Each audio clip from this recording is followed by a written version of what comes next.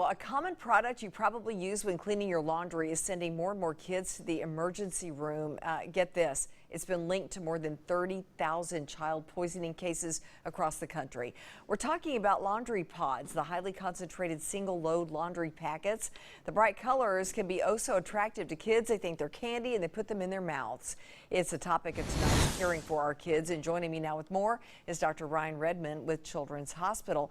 These have been around for a while. The warnings have been around for a while. Why are these still a problem? Well, they're still a problem because of their appearance. It really hasn't changed over the last couple of years. And as you can see, they're very brightly colored.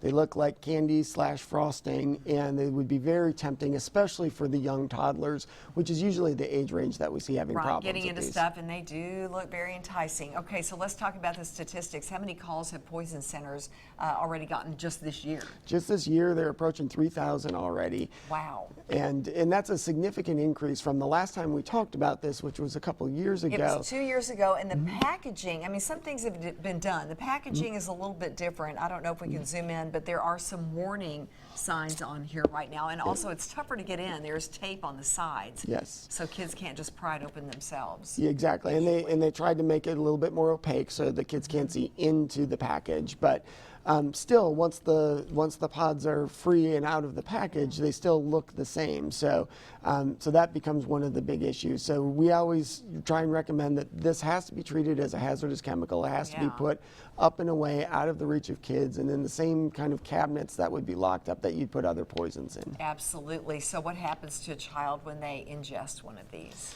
So the biggest issue is whether or not, if they get it in their mouth and they dissolve really quickly in saliva, they can have burns in their esophagus as well as difficulty breathing. And a lot of the problem is that the contents are under pressure. So when they explode in your mouth, they can actually shoot down into your lungs. And that's really caused a lot of the big problems with kids that have needed even up to critical care, being on a ventilator to help them get through this. Long-term damage, I would think. Absolutely, yeah. Oh, goodness. Okay, so we talked about putting these up in a safe place, treating it like a poison because it is one. What do you say? You have children under the age of 5. Why not just go ahead and use a good old-fashioned laundry detergent, the powder form, until they get older? And that would be a good strategy for people who have young kids in their house. But then it's also important to recognize that when you're traveling, this may be a great product for grandparents to use, but when the kids are visiting, it's got to be up and away and out of their reach. Oh, that's a good point. You always have to think about that and medications and stuff when you're at an unfamiliar home. Correct. All right, doctor, thank you so much as always, and everybody be safe with these things.